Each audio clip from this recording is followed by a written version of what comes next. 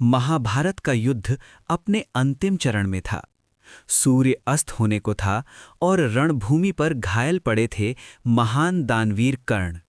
उनका शरीर बाणों से छलनी था, रथ का पहिया कीचड़ में धंस चुका था और वे जानते थे अब उनका अंत निश्चित है। उसी समय वहां पहुंचे स्वयं श्री कृष्ण, लेकिन एक साधारण ब्राह्मण के वेश में। वे कर्ण की अंतिम परीक्षा लेने आए थे। ब्राह्मण ने कहा, हे वीर, मैं एक याचक हूं, क्या तुम मुझे कुछ दान दे सकते हो? कर्ण ने चारों ओर देखा।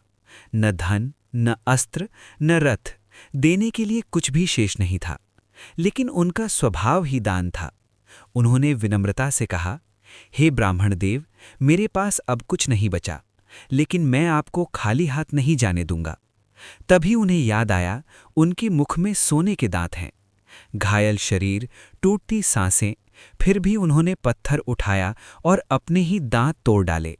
दर्द असहनीय था, लेकिन चेहरे पर संतोष था। उन्होंने वे सोने के दांत ब्राह्मण को अर्पित कर दिए।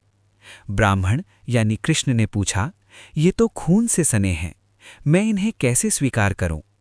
कर्ण ने अपने पास बची आखिरी शक्ति से पृथ्वी पर तीर मारा, जिससे जल फूट पड़ा। उन्होंने उन दांतों को धोकर फिर से अर्पित किया। अब श्री कृष्ण अपने असली रूप में प्रकट हुए। उनकी आंखों में करुणा और गर्व था।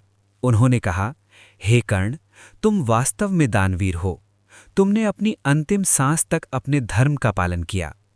उस क्षण कर्ण मुस्कुराए, क्योंकि उन्होंने सब कुछ खोकर भी अपनी पहचान नहीं खोई। संदेश: दुनिया आपको हारता हुआ देख सकती है, लेकिन ईश्वर आपकी नीयत देखता है। परिस्थिति चाहे कितनी भी कठिन हो, अपनी अच्छाई और दानशीलता को कभी मत छोड़ो। इतिहास भले विजेताओं को याद रखे, लेकिन दिल हमेशा सच्चे वीरों के लिए